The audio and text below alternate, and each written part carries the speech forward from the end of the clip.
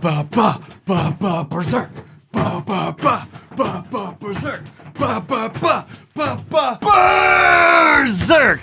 Welcome back, everybody, to another deluxe edition full read through. This time, deluxe edition 11. That's right, we just have to get through 12. The 13th will get here when it's released, and from there, I don't know what I'm gonna do. It's been such an important, large part of my life for so long, and I don't want to break up the formula, but we have to adapt. So maybe we'll just start doing weekly chapter read-throughs, and then once we catch on up to release, we'll wait.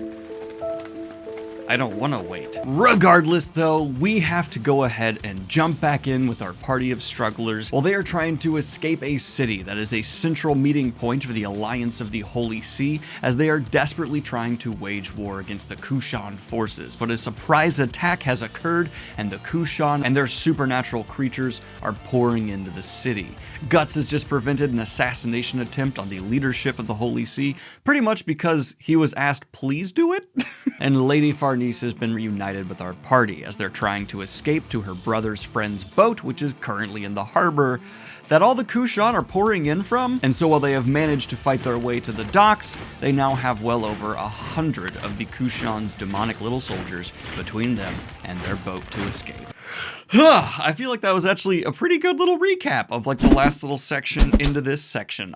I'm proud of it. So let's go ahead and see how our party escapes this city after a quick word from today's sponsor.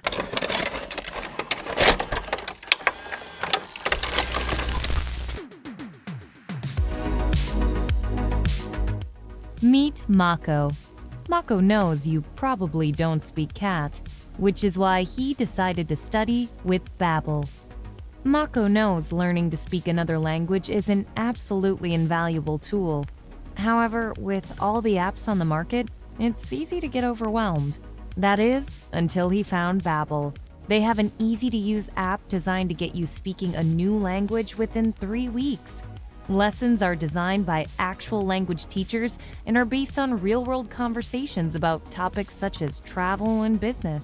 They offer 13 different languages to choose from, like Russian, Spanish, and French. But Mako chose German, like his dad. I was originally using it to learn to speak Russian, but I switched on over to German because it's what my father speaks, and I'd like to be able to surprise him. The best part is, Babbel offers a 20-day money-back guarantee. So click the link in the description or scan the QR code to get 60% off your subscription with Babbel today. As they reach the docks, though, they see more and more Kushan troops being unloaded into the city, noting there are well over 100 of these supernaturally strong beasts between them and the boat they need to get to. After noticing that they have been encircled in the alley, Guts says, stay here, with Shriek once again warning him against using the Berserker armor, tears in her eyes. But after Guts exits the alley into his fight, Shriek says, leave this to me. Another flood? Be the workings of their powers great or small, no place exists where there are no spirits whatsoever. Instructing the party to guard her for a bit, Shriek begins preparing a ritual. And I really like this dynamic setting up in the party where it's like Guts and the party buy time because, of course, they're pretty badass, and that allows Shriek, the magic user of the group, to gather her powers and cast some big-ass spell that's going to turn the tide of the fight. I have had so many D&D groups with that exact dynamic, but Guts reassures Shriek in her concerns, saying, I won't push too far. We see while Shriek prepares, Guts is able to massacre dozens of the soldiers, but exhaustion is beginning to slow him. One of the Kushan soldiers tries to stab him from above, but Guts manages to nearly split him in half, ramming the Dragon Slayer through the beast. Rage begins seeping into his eyes. The Berserker armor stirs. But just as the alley is about to be flooded from both sides, Shriek's spell unleashes itself. I am called the Wheel of Flame. I am kin to the Scorching blaze that drives hell and fire and burns away the battlefield. Here do I grant thee Supplication of this frail soul. as my offering to her, I shall render her enemies embers beneath the crimson sun. And we see a wheel of fire spin itself out into the army, burning away the Kushan forces. Guts grabs Shriek and Isidoro, diving into the alley for protection from the flame. He tells Shriek as she regains consciousness, "You did a good job." Due to her exhaustion, Guts lets Shriek ride on his back, saying, "Come on, Don't push too hard. Shriek says, I'm sorry you're unsteady yourself, Guts. Ah, you hardly weigh more than a bird. But just then, 6 more Kushan beasts emerge from the water. Shriek notes that she can't use another spell. She's too tired. Guts says, get down. She clings to him, saying, don't. In my current state, I can't call him back. As the Berserker armor helmet closes over Guts, Shriek reaches for it, desperate to pull it back from Guts' face. Just then, Shriek falls back onto Lady Furnace's hand, her spirit now in the armor with Guts. Guts springs forward, slashing through one of the Kushan beasts before mutilating another. Lady Furnace dropping to her knees. Teacher, shh, don't shake her! You can't wake her now. Well, why not? Huck asks. Shriek's not here now. I'd say she's most likely. Ivara looks back at Guts, massacring the Kushan beasts. We cut to Shriek within Guts' mind. I was drawn in. What's happening here? I was clinging to Guts and then this is Guts' perception while clad in the Berserker armor. And we see a nightmare visage. One of the beasts manages to catch Guts in its mouth. Teeth digging into the armor. Blood sprays from the mouth of the Berserker armor. Guts! Shriek cries. And I just want to note at this point, I have had more than a few people be like, oh, her name's not pronounced Shriek, it's Shriek or something like that. This is Sir Spooky. This is Shriek. I don't know how to reiterate that any clearer. Utilizing his sword, Guts breaks free and finishes the last of the Kushan beasts. Kneeling, blood dripping from the armor, just as a massive Kushan ship docks at the harbor. Guts jumps onto the ship. The powerful magic user within the Kushan we've seen before is floating amongst the ship, noting the arrival of Guts. One Maraka, the chief of Pishaka, can sink 10 warships, yet they were all slaughtered with ease. What's more, what managed to kill them was no large host, but just a lone swordsman. I suppose I can't just call you a swordsman, eh? How now, you wrap yourself in the Purana of Durga? Well, I'll be damned. Then there was that wheel of flame that mowed down the Dhaka. This system of magic differs from ours. Utterly intriguing, that is. I'm sure of it now, Shriek says. He's a magic user. I, Paramadisha Sinad. What did I do to you, man? Kushan Pishaka got a leader. Submit my own spells for the sake of ascertaining what incantations you savages can perform. The good guy never calls their opponent a savage. I just want to make that absolutely clear. If you're ever in a situation where you're calling someone a savage, you're a dick. Come on, come at me, Shriek observes. Oh no, if he attacks a wizard recklessly, Guts bolts forward. We see a spout of water rise from the sea and grab Guts, lifting him high into the air. Water spout! He hardly even chanted a spell, Shriek says. What power this eastern wizard has! Oh no, if he falls from this height, not even water will save him. That's true. If you fall from too high, water's like concrete, is what they say. I don't think it's actually as bad as concrete. You know what? Let's go do a quick test. I don't know what I plan to do there for the joke. If I try now while I'm absorbed into the armor, this should be possible. Hear me, Guts. Perception distorted through this turbulence of enmity. Look! Open your eyes! And we see Shriek is able to rouse Guts within the armor. He falls from him high. All too easy. Younglings these days are such a joke. But Guts leverages his sword beneath him. He turned, using his massive blade as if it were a wing. Guts is able to land securely on the ship, breaking his fall. I do genuinely think his sword is so f***ing big, it might be able to actually work as a wing. That is hilarious. But with Shriek working with him inside, Guts is able to leap forward and take on the wizard once again. We see the armor pull back slightly from Guts' face as he turns and addresses his friends. Oh man, that does it. Tomorrow, every muscle I've got is gonna ache. Guts! You're yourself again. Getting hit with that stick really woke me up. Guts thanks Shriek, and she says, you're welcome. You protected your allies in the midst of battle. Have you come back to your senses? Without the power of madness, can you still contend with Paramasya? Come on, man! Guts continues thinking. There's no mistaking this sizzling feeling on the back of my neck.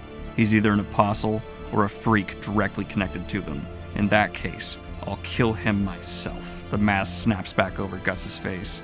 He's going like full-on Iron Man with this thing now. I don't know how I feel about that. I liked when it like consumed him completely because I had this image of like, maybe he's not even like fully really in there. Like maybe his physical body is somehow being twisted in ways we can't even imagine. But with its like half pulled back, I'm just like, oh, I'm Batman.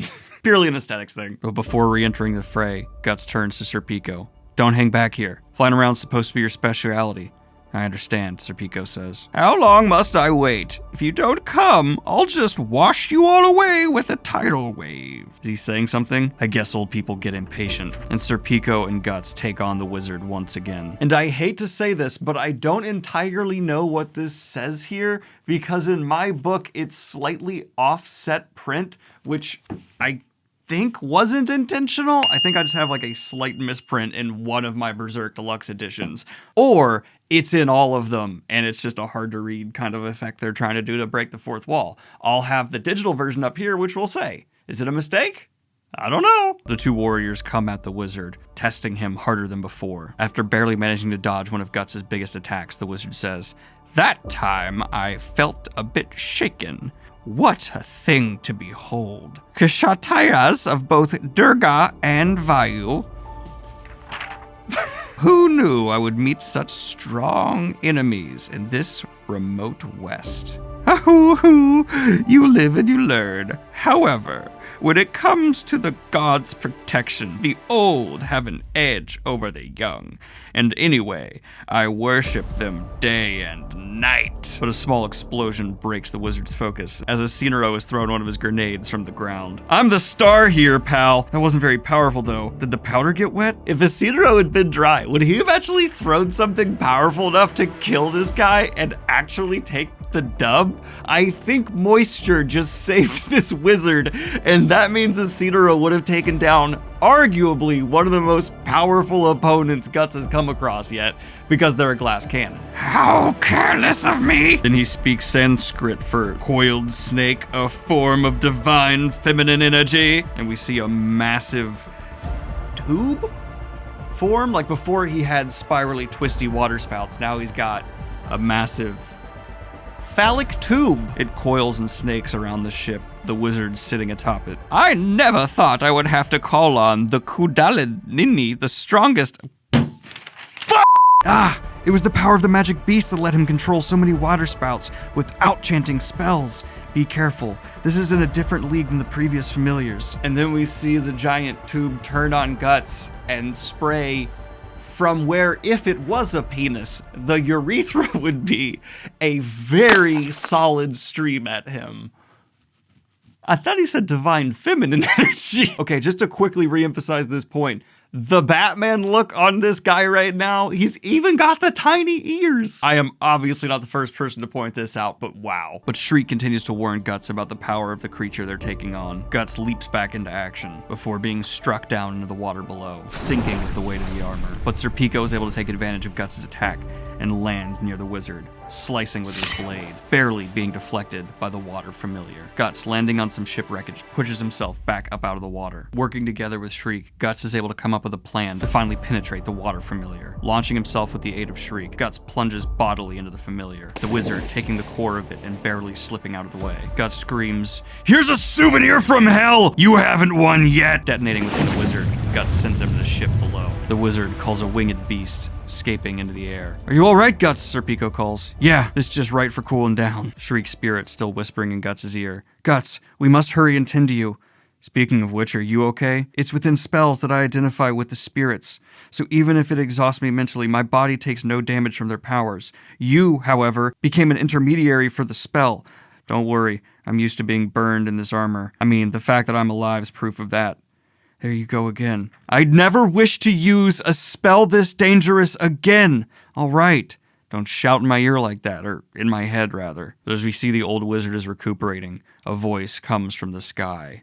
You've blundered, Deba. We see soldiers stationed high within a tower in the city notice a figure in the clouds. A giant! The Kushan Emperor has taken form in the sky. Apostle, Gus thinks. You're a disgrace.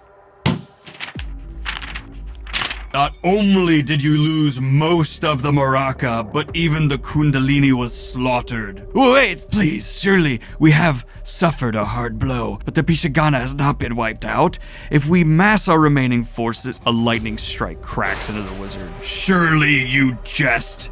Now fall back. The Emperor turns to Guts. First, I must say, I'm impressed. I never thought a mere two Kashantala. War is not a thing to take lightly, but you are not mere warriors. Especially you, Viravandan. This feels mean. You bear the scent of some connection to us of the spirit world. Are you a follower of my arch enemy, the Hawk? Guts is surprised. What the hell? Then we shall see to your demise personally. Oh no. Serpico! A lightning strike comes crashing down. Serpico moves, sending a strike forward. That was somewhat too quick an end for warriors who defeated an army. I feel numb, he says. That was a close call. Had the Sylph sword in the hood not carved out a hollow, death would have been instantaneous. Oh, you withstood it. Very well. Another lightning strike comes cracking down. The two men leap to the side. You can't get away! No human, nothing can move faster than lightning! Another bolt comes slamming into Guts' body, shocking him in Shriek. Separating Shriek from Guts, she's sent violently back into her body, leaving Guts alone. What? You've suffered my lightning twice, but still breathe. Your life force is admirable, but those who suffer my power, all of them fall prostrate and go to their deaths. A final crack is sent down onto Guts' weakened form, but through the smoke, we see his sword standing high. Looks like it's true. Lightning does strike high places. You, my lightning, now incinerates reincarnated apostles, yet you survive after receiving this much of it. You can't be a mere human. Are you, as I thought, one of the Hawks' captains? The Hawks' captain. He is. Was. Yeah. No, not now. Not actively. Screw you. I'm purebred human right down to the bone. Don't mistake me for one of you freaks. So that's it. Interesting. You're one of the branded. Now that is a thing of wonder. To think a sacrifice continues to live. I have a proposal for you. Would you consent to serve under us? Nearly every apostle in this world has now gathered beneath the Hawk's flag. Naturally, included amongst them must be the one who carved that brand into you. Now, he continues this monologue in attempted recruitment of Guts for quite some time, but I'm going to go ahead and skip over that because my voice already hurts. Now, this is a surprise, an apostle who opposes the God Hand. So in the end, you're a mad dog who bites his master. Nice. I can't say I don't appreciate that. But, you know, I just don't have the time. Sorry to turn you down. I couldn't care less about some feud between monsters. Go ask somebody else. Be supreme ruler or whatever you want to be, but if you're gonna flash your lights, do it someplace else. They're a public nuance, Thunderman. They're a... I said nuance and not nuisance. So be it. Then you shall compensate me for the lives of my beasts with your own life. But just then a cry is heard in the distance, and the Emperor turns. We cut to seeing Nosferatu Zod massacring his way through the Kushan forces.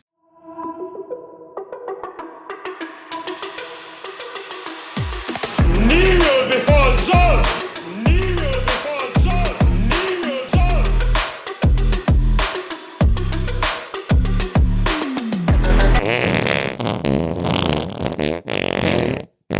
Demons from the sky begin to descend down on the city. The insects that swarm to the Hawk of the Light have come. It seems I haven't the time to be occupied with you alone. How cunning are you weaklings who crowd around the fire?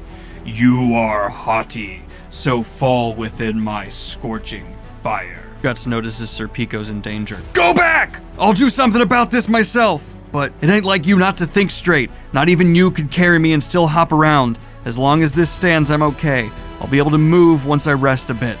All right, be careful. And we see Nosferatu Zod land atop a high tower. Lady Farnese noticing, that's the one that appeared at Albion. Casca seems fixated by Zod. Zod begins his own attack on the Kushan Emperor, unable to inflict any damage. He went through him! You're wasting your time! No one is capable of wounding his imperial person. I don't know why I gave this guy like a court jester kind of vibe, but it's working for me. Sustaining attack after attack from the Emperor, Zod's attack seems meaningless. Countless more of Griffith's beasts are killed by the Kushan Emperor. Even after being scattered into several pieces, the Kushan Emperor reforms, saying, "Struggle all you like. You're still in the palm of my hand." Zod comes crashing down, slamming into Guts on the barely not sunk ship. From here, we cut back to seeing Zod before the attack. Zod, you are going forth? Then may fortune be with you. Exercise due caution. The Emperor himself may set out for this battle. No attack is effective against him. Come now. Though Zod be alone on horseback, he can best a force 1,000 strong. Nosferatu Zod, I had heard his battle frenzy was notable even amongst the bloodthirsty apostles, but he's an enigmatic man. Guts is intercepted by the little cult girl, and I just said Guts, not Zod. God damn it. Hey, can someone clip that too? Is intercepted by the little cult girl, and I refuse to call her anything aside from that forever. You have a choice to make. To again battle the sword that once cut your flesh, or to make it your own weapon. Madness or volition, beast or warrior, as does your counterpart. Counterpart? The one you're drawn to. What's that mean? Don't know. I guess that's how prophecy works. Sonia, cult girl. I won't even say it when they say it. We're about to depart to meet His Holiness, the Pontiff. Bye-bye, Mr. Black Lion. You truly are fearless. Why's that? Zod notices who he's crashed into, Guts climbing onto his back. The Black Swordsman. I never thought I'd run into you here. Zod, you bastard. If I cut his head off right now, I can kill him. Your urge to kill makes my neck bristle in ecstasy. Just then a lightning strike from the Emperor comes down. What a piece of work, Guts says. He's a goddamn thundercloud. What's the matter? You call yourself Zod the Immortal, but you're just getting smacked around. That's easy for you to say, freeloader. I love this banter between Guts and Zod. That is, admittedly, so weird to be happening, but hilarious that they're both like, you can tell being like, we're gonna have to work together. Okay, but I'm gonna pretend to be resistant and you're gonna pretend to be resistant and then we're both gonna do this, okay? But as you can see, there are no weapons with which to strike mist. Guts, are you alright? Shriek's voice comes to him. Yeah, but things have taken a strange turn. How the hell does Thunderhead's body work? Can't you use magic to figure it out? Those are likely wind and water elements surrounding his ethereal body. I suspect he's gathering moisture to protect his own form. I think that is how he can become gigantic and appear to disappear at will. That exists not within our own shower layers of existence, but a deep layer, where substance does not reach. Regular arms cannot harm him. Regular arms. Guts has to duck a sail of a ship as Zod tries to knock him off. Asshole! It's about time you got off. We'll fight to the death after I wipe him out. Who was it that just splashed down in a burnt crisp? Fly the way I tell you to. If you don't want to lose your head, my fight with you can wait. We're taking him down. What? Are you even awake? I told you nothing can cut him. Wrong. You want a mist cutter? Here it is. Pull your sword away. Find them. We'll do this your way. Show me you can hack that thundercloud to pieces. We see Shriek send to Guts. His brows, between his eyes, Guts and Zod careen towards the thundercloud, stabbing through directly between its eyes. Clouds begin to dissipate. Majesty! We cut to seeing the Emperor in the safety of his own camp. Ah! Majesty, what's the matter? Call his guards. Leave me! How dare you? What the fog? The fog begins to recede from the city, the soldiers able to see and regroup. We see the party is rushing towards Zod's downed form, Guts revealed beneath him, burning from the lightning strike. Guts, don't move, Serpico says as Zod rises. What's the matter? Weren't we going to settle things? Come and stand up. I'll tear you apart and eat you. If you can't, there won't be any fight to the death. We see Guts' hand move towards his sword as he begins to rise. We'll see to our duel another time. A time when we can bloody each other to our heart's content. It is revealed that Zod's only orders were to come here and thrash the Kushan's enchanted beasts, not to indulge in slaughter. Him and the remaining demons retreat. But Guts says, if you are all here, then does that mean Griffith's nearby too? What'll you do once you hear the answer? If he is, will you fight with our master as he rides in here? Then that changes things. Even if you were crippled, our entire army would just mince you into 100 pieces of meat. Hey! Serpico steps between Guts and Zod. This ends here. You couldn't care less about some feud between monsters. Isn't that the case? And that can apply in multiple ways. And I think Serpico's piecing things together, and so Guts takes it multiple ways. Layered writing. Guts looks at Zod before saying, I'm done here too. Go on. Get lost. Zod takes flight, leaving the party behind. Guts collapses to the ground. He simply passed out, Shriek says. Though, in this situation, I cannot say he's fine, even for a mere peace of mind. Goodness, he must have stood up just so he could mouth off, Serpico says. It's the funniest line of this deluxe edition so far. The party gets on a surviving small ship and begins rowing out from the harbor. And we see Lady Fernice look back into the city, thinking, Father, Mother. Wait, yeah, the entire reason they're even here is because Lady Fernice reconnected with her family. That all worked out really, really well for the narrative. We see Guts regains consciousness as the sun begins to rise, noting a figure on the hill in the distance, Griffith, looking at his party as they flee. And I love that we get the close-up shot just to really emphasize that, like, Griffith, yes, phenomenal vision, and is indeed seeing that it's Guts at all that distance. Also, that is, like, I think the second or third time this has happened where they've just, like, at a distance been like... Guts slips back into unconsciousness. We cut to the next day, seeing the city begin to recuperate from the attack. Many of the nobles getting together. Some form of order seems to be being instilled. The suicide of the remaining Kushan soldiers complete. But just as they're beginning to think the worst is over, banners are spotted on the horizon. A gargantuan Kushan force begins surrounding the city. I'm talking Minas Tirith scale, elephants included. We cut to seeing the leader of the Baraka with his men. Young master, what do you intend to do? Without a doubt, the Hawk's forces have made for this land. Being few in number, it is probably impossible for them to influence the overall course of this war. But didn't you see? He was inhuman. Are you saying we should entrust the fate of our clan to such a demon lord? Young master. We cut back to the city's forces, seeing panic begin to set in. The Kushan Emperor is sitting atop his throne, giving the order. It's true that we've expended nearly all the Pisha we control in this area, but our strategic arrangement is superior. In war, what ultimately determines the tide are numbers. There's no substitute for overwhelming military force. Majesty, your orders. Purge them.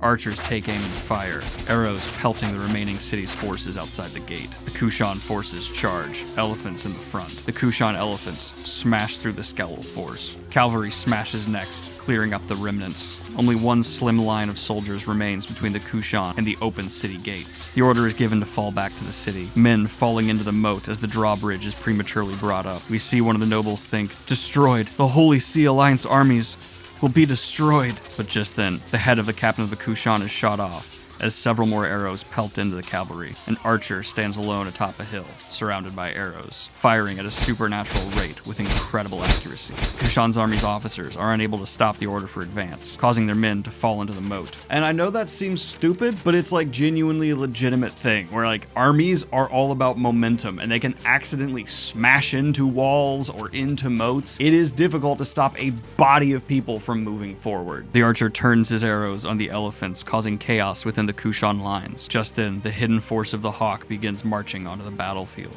The Kushan Emperor receives a report. We have lost control of our cavalry and some of our war elephants, and it's causing disorder in the front lines. It couldn't be, the scarred Emperor whispers. Griffith's force of cavalry crest the horizon, Griffith at the head. They begin their charge. And I'm pretty sure we all know what happens next. Griffith's forces begin to easily just slice through the Kushan army with an ease that should be impossible for, yes, even the heaviest human cavalry. It's noted that men fall like leaves before them. We see Zod with his blades high, leading a pincer strike of secondary demonic forces from the other side. Griffith's captains begin wreaking havoc on the reserve Kushan troops. We see some of the Kushan note, "What is that army? They're cutting right through a Kushan battle line of over 200,000. They can't be more than several hundred horsemen. This can't be! Stand your ground! Imperial Guards, left half turn, meet the attack!" The nobles in the Holy See notice Griffith's banners. That flag. Griffith's charge is able to cut its way all of the way to the Emperor of the Kushan. He enters the Emperor's palace on wheels. "Majesty, you must escape!" one of his guards cries before being decapitated by Griffith. This is the Hawk, the master of we reincarnates, the absolute, the untouchable. I'm trembling. I, the ruler of the greatest empire of this world. That's instinct. The instinct of one through whose veins flows the blood of the demon realm. What a comforting, refreshing voice. His mere presence here makes everything sufficient, yet at the same time, hunger and thirst. This sensation. We see the leader of the Baraka lands, spying on the meeting between the two demon lords. Is maddening. You seem to suffer. Griffith raises his hand.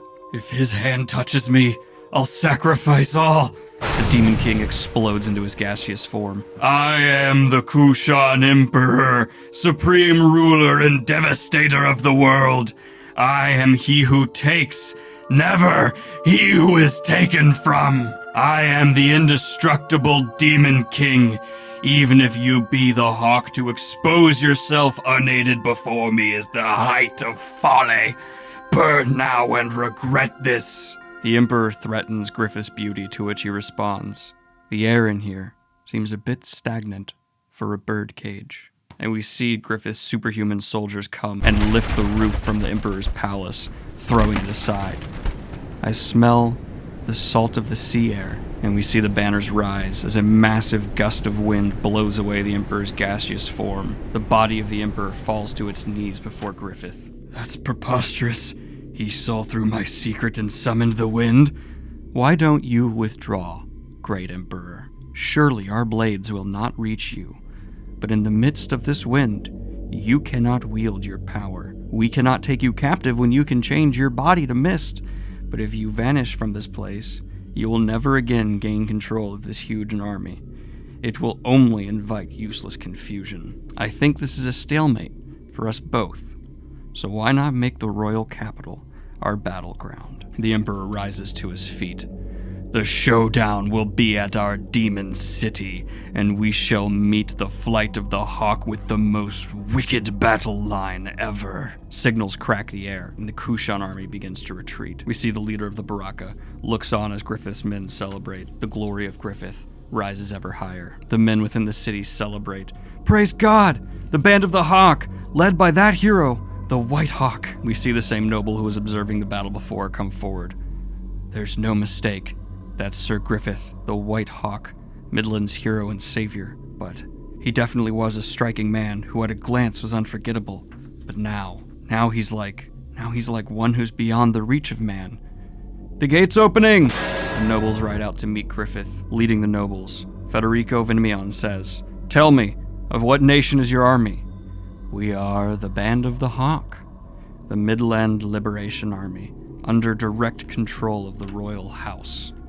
"Of the Royal House? We hereby declare this, as I am the commander of the Liberation Army. All forces who set foot within our kingdom shall obey my orders. Those who cannot accept this condition are asked not to interfere in any way with our kingdom." The nobles balk at this, but Griffith says, "We are presently the sole regular army of Midland." They begin taking issue with Griffith's words before one of his captain comes in. "I ask you then, former Midlanders of noble lineage, in the midst of our liberation army's fierce battle with the Kushan within the borders of Midland, on exactly what battlefields were the knights under your command riding abreast? The underlying principle of a regular army in a crisis of life or death to the royal house is to defend to the last the kingdom and its subjects. If it did not fulfill that duty, no matter what mantle of authority it claims to wear, it is nothing more than a private army. Still yet another noble interjects. I thought the whereabouts of our kingdom's sole present member of royal Princess Charlotte were unknown. Are not you, in fact, the ones wearing a false mantle of authority, Sir Griffith? I've heard the rumor, the one that says you are imprisoned for high treason against the royal house. You're a grave offender, and yet you call upon the name of the royal family? I'd wager you're taking advantage of the conflict to seize a monopoly on sovereign rights. I'm right, aren't I? That's a misunderstanding. We see Princess Charlotte ride forth. The nobles are in shock, dismounting and dropping to one knee. Please raise your heads, faithful lords of Midland. I, Charlotte Beatrix Marie Rhodey Wyndham, hereby declare this as Princess of Midland. Sir Griffith, my betrothed and leader of the Band of the Hawk, has been designated Supreme Commander of the Midland Regular Army. And just like that, Griffith has every ounce of power his initial ambitions drove him for. Oh, God! And we see that the forces of Midland are placed under Griffith's command. The head of the Venemian house says, I address Her Highness Princess Charlotte, along with the Supreme Commander of Midland's forces. You are correct in stating that the right to command the forces of other nations that set foot in your own kingdom should be yours. However, this war does not belong solely to Midland. It has continued from antiquity, a holy war in the names of gods of our nations, of the Holy See, and that of the Kushan. Thereby are not the truly greater goods the transcendence of national framework, and the desire to battle side by side as fellow adherents under the holiness the pontiff. Just then, the pontiff's carriage arrives. And I actually do like the character continuity of seeing Lord Vendimini, or however I'm deciding to say it today, step forward and push back against Griffith, having this level of power put on him. But of course, that's going to be undercut. But it does hint at the fact that possibly in the future, Griffith will have to play some form of politics among the humans, assuming he doesn't just take on some uber powerful form and all have to just bow before him. I can't know at this point. I'm left very much so not sure what or where Griffith is gonna go and or do. But the pontiff lays prostrate before Griffith. The pontiff rises, declaring Griffith a savior. Hear me now, all of you children of God gathered in this place. A divine revelation has been given. The Hawk of the Light you see here is our savior. Weigh all your hopes upon him. Divine revelation, Hawk of the Light, savior. It appears rendering the dark clouds with shining wings, the Hawk of the Light. The men begin cheering, and we cut to the ocean. Holy God! I kept thinking to myself, like, at what point is Griffith's ambition going to be undercut? When is the veil going to be pulled back? And it's just not. He's just fully in... What? He actually achieved Jesus status. Berserk has the balls to basically make an Antichrist and then make him society's Jesus. And it's like, we're going to continue from here now. I can't. But back out at sea, we begin catching up with our party. Isidoro is dueling with the knight who previously fought the pirates alongside him. We cut to Shriek giving a lesson in magic to Lady Farnese. She successfully enters the astral world alongside Shriek. They fly above the boat, Lady Farnese in awe of the experience. We see Guts is watching over Casca as she enjoys the spray of the water. Guts is in rough shape, burns from his fight covering his body. We see Roderick approach Guts, the two having a conversation about Casca. Roderick asks, "Tell me, just what exactly is she to you? Is she your woman?" Lady Farnese and Shriek are eavesdropping on the conversation. "Well, she's my..." Farnese awakens in her bed. "Hey!" Roderick calls out. Casca is climbing dangerously out over the water. Guts tries to save her, but the two of them plunge into the ocean. Guts is able to bring her back to the surface, dragged down into the water in his weakened state by his heavy arm. "Now I remember, anytime she and I stand next to water, nothing good ever comes of it. Bittersweet, painful memories of distant days. But at the end, it's always..." "Guts!" Guts awakens again, rescued by his party back on the ship. We see Lady Farnese is washing the salt water from Casca. Guts says, "I'd forgotten. It's just a lump of iron I attached so I could beat up my enemies. She slipped right through. I guess, even if you force back what was lost, it still won't be the way it was. Foreshadowing sad things. We see Shriek was upset by hearing Guts talk about Casca with Roderick, but she thinks to herself, that's fine, because we have something already.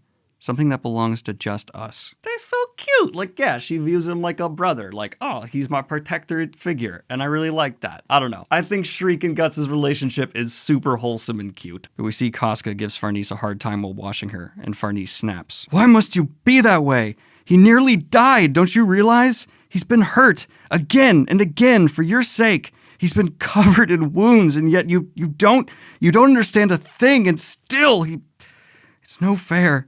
Farnese collapses, and we see Casca, realizing she's upset, begins washing herself for Farnese. Farnese embraces Casca. It isn't fair. And what's really kind of like emotionally poignant in this moment is Lady Farnese looks at Casca like trying to wash herself for her, realizing she's upset, and she's like, yeah, it isn't fair because you don't get it either. Like, you're also struggling with this. And I don't know. It was such an emotional range and insightful little thing for Farnese and Shriek. I don't know. It was just a nice little character beat just set up and paid off like really fast within the text. Mura is just like flexing his ability to like, yeah, the Farnese angle to having like a thing for Guts apparently is a bit out of nowhere for me, but still, it's being exercised now that it's established perfectly fine. But just then, pirates are spotted on the horizon, and we see Roderick command his ship extraordinarily well, fending off the pirates. It is the same Blackbeard-looking pirate as before, but we see Guts isn't able to help during the fight because 1, the ship is awfully gosh darn far away, and he can't just leap that, but 2, he's currently burning up from a fever, obviously overexerting himself when he saved Casca. We see within his fever dreams, Guts is struggling with the demon within him. The demon makes several threats, concluding, no one will be able to prevent that moment. You'll find yourself consumed by me. May we run rampant with hatred and wild joy just to crush with these fangs the true light that burns us. But for now, I'll obey. I'll hold my breath deep in the darkness within us. Bound, restrained, I'll conserve my energy. And then someday... Guts awakens. Guts! That's happened back to back now.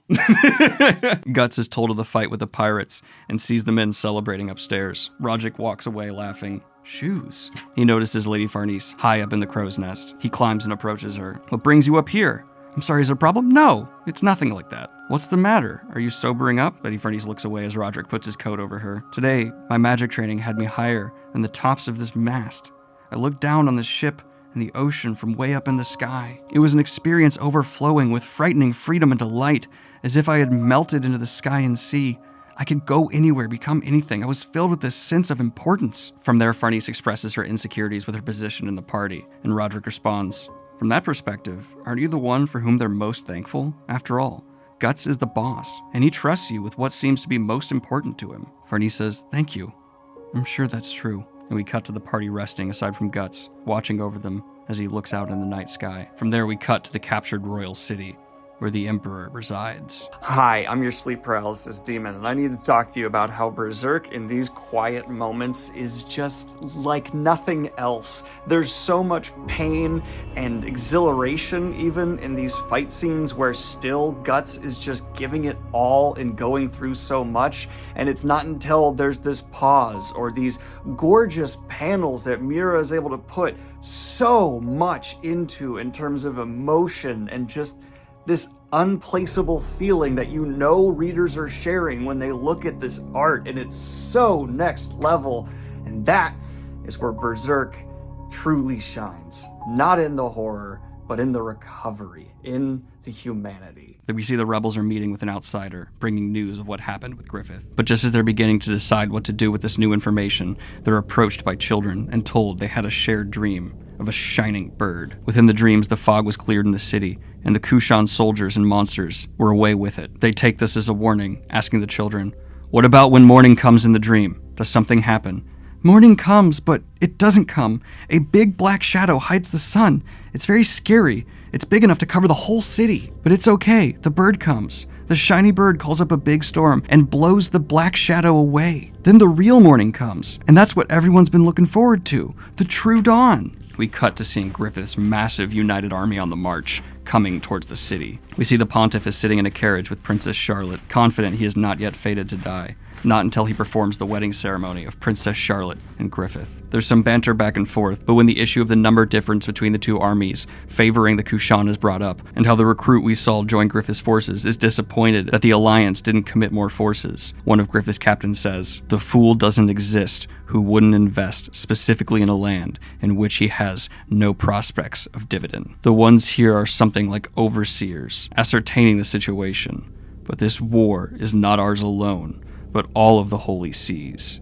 If it can be settled with only Midlands sent forward, all the better. And if it can't, they probably intend to let us buy time as they each reorganize themselves. They wouldn't, that's what they call politics. Such a trivial matter of this transient world no longer holds any meaning for this war. Before long, day will dawn. The true sun will shine upon the world." And of course, we as readers are like, is that a threat? Or is it, yeah, it's a threat. We see the Emperor of the Kushan has arrived back in the city and is rushing towards his creation, the gargantuan portal made of flesh into the other realms. "I have no choice but to transcend apostlehood. Majesty, please cease. Majesty, lower me." The Emperor is lowered into the portal. "Come to me, Hawk. Lift up your eyes and witness the advent of a towering demon god." The fog within the city begins to recede. The monsters within the Kushan forces begin to evaporate. The Kushan soldiers themselves beginning to disintegrate. The army outside the city unaware of what is happening within. "The fog's being sucked in. No, it's all the life the fog was touching." And we see the wizard observes how the Emperor is consuming everything within the city. "A truly genuine reincarnation has cast himself into the reincarnation vessel. Further reincarnation of reincarnation, such things don't occur. It comes from the bowels of the astral world.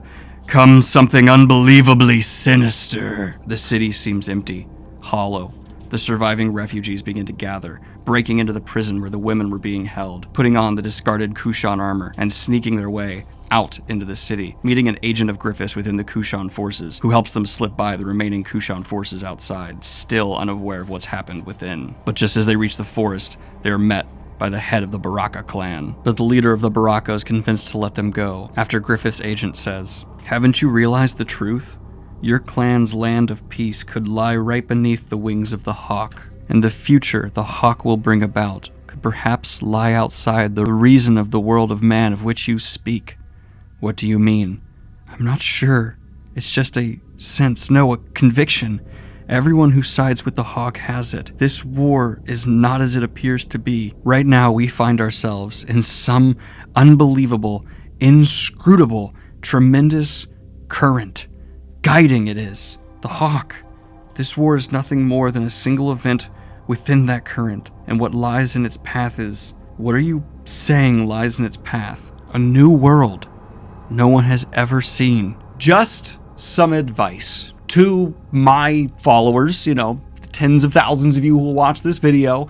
If anyone ever comes up to you and says that they're gonna help make a new world and all you gotta do is follow in their predestined path, call someone about that, please. It's the speech of a band of fanatics, the leader of the Baraka thinks to himself. "Go then. Young master, don't get me wrong. Do you think we can capture this many of them on our own? I don't care to run around fixing others' mistakes. That's all this is. Maybe I have caught a glimpse of this inscrutable current, or whatever it is you describe.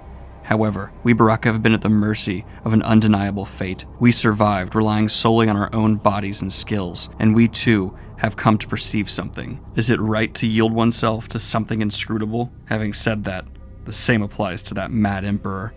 I'll watch with my own eyes and see whether this new world of yours really comes calling or not, and the survivors of the city are let to pass. You're still alive, as are you, thankfully. We have much to discuss, but please, first report your safe return to our leader." And we see Foss, the man who fought so viciously against Griffith before, drop to his knees before him. Man, the full circle coming here, it's full circling right now. We are doing circles within full circles within full circles. In terms of character resolution, it's a little bit uncomfortable as a reader to see a resolution going so in depth with what we know to be a bad character in this direction. It not only feels like Griffith is about to win, but the narrative is setting him up to win like a protagonist would win. It's haunting in a way. But we see back in the city, the priest emerge from the building that held the abomination. Behind him, the new form of the Emperor emerges. A sea of undulating facial features, jaws clamping, eyes seeking. In the eternal... My voice is so gone. I'm really sorry if I'm not able to do the voice right now. I'm going to try my best. In the infernal abyss, I obtained it. Power. And we see the dome of the building begin to crack. The power of... And a gargantuan form begins to rise, destroying the city with its mass. His voice echoes throughout the city. It is an arm. Yes, this is no mist. It is an arm of flesh. More. There are more. To strike the enemy and to tear them apart. To take what I desire and seize it. More arms. The priest's mind begins to shatter. It's flowing over. Hell is flowing over. The army outside the city takes note. What is an earthquake? Earthquake! It's a big one. People begin to flee as rubble begins crushing soldiers. And then a shadow falls over the land. Hundreds of thousands of men stare, unblinking, as demons' teeth gnash in anticipation. What is that? It ends, Cult Girl says. The reason of the world ends now. Please take this as the unparalleled compliment that it is. I have not felt this much weight for a moment in a narrative since I have read Malazan Book of the Fallen. We cut back to our party, Shriek, sensing a disturbance. Casca grabs her brand. The sky begins to shift. What's this bizarre sensation? Shriek, do you feel that? Yes. Some unbelievable calamity seems to be taking place. I feel it. It's from inland to the east, and it's huge. Just like this world is tearing apart. Oh my god, I'm feeling this moment so heavily, and the main characters aren't even there. What the hell? I didn't know you could do that. And finally, we see the form towering over the city. A monster of unimaginable size. Arms extending in all directions. It moves and buildings crumble. Seemingly reduced to simple words, the Emperor begins to walk, crushing his own men beneath his steps. Its head hangs well above the sky, and the monstrosity revealed to us is shown to be a... Wacky waving inflatable arm flailing tube man! Wacky waving inflatable arm flailing tube man! Wacky waving inflatable arm flailing tube man! I'm sorry, I had to. Look at him. He's a wacky wavy arm inflatable tube man. It's a great design. It's definitely like that Lovecraftian level of horror where it doesn't even look right, and it's just like, oh my god, if I saw that, I'd probably just, my brain would break and I'd die. But at the same time, wacky wavy arm inflatable tube man. We see the leader of the Baraka thinks, that's like a god. It's the god Shiva? Who knew we'd see it in the form such as this? He looks over to Griffith, thinking, do you intend to challenge that demon god? The pontiff begins reassuring the people. There's nothing to fear, my children. Rather, open your eyes and watch bravely. Now is the prophesied time. This beast that pierces the heavens, it's the personification of all calamity, the embodiment of darkness. But darkness is sure to be driven away by the hawk of the light. All of you here today are blessed. Before your eyes, a miracle shall, nay, we're already in the midst of miracle. A chant of the hawk of light begins rising as Griffith marches towards his opponent. Okay, what the fuck?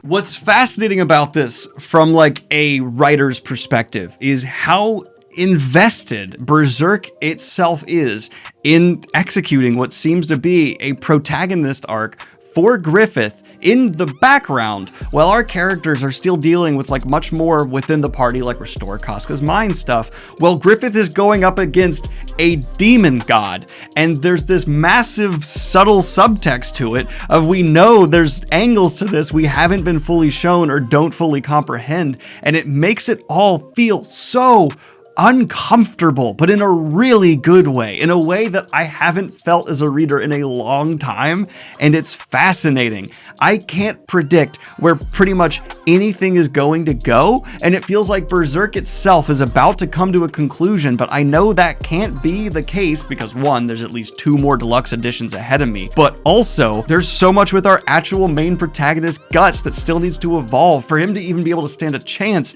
against these Goliath beings that are being set up.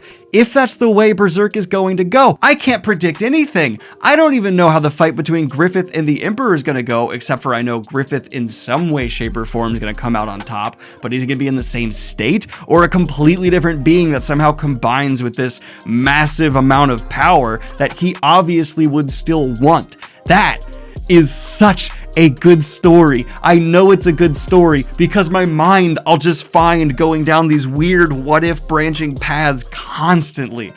I'm enjoying this so much. How the leader of the Baraka is still going to come into play, and how Guts is going to be set up to have some form of fellowship, possibly, to maybe take on whatever is left or the new form of Griffith after this fight. I have no idea. It feels like Griffith needs to be depowered in some way, because if he's able to go up against this kaiju, then he's way outside of Guts' class, or is there ways for Guts to get more power? I don't know, and I can't wait to find out! And one final thank you to today's sponsor, Babbel. Link down below. I got books, I have a spring launch of merch coming down the road, and like and subscribe if you have not already. Hit the Patreon if you want to support what I do here, and I just did a Wizard of Earthsea lore deep dive that you can go ahead and check on out if you want to. Mwah. Have a good one, y'all. Bye! To sea, and the name of the ship was the Bully O.T. The winds blew hard, her bow dipped down, oh blow me, Billy boys blow. Soon may the Wellermen come to bring us sugar and tea and rum. One day when the tonguing is done, we'll take our leave and go. She had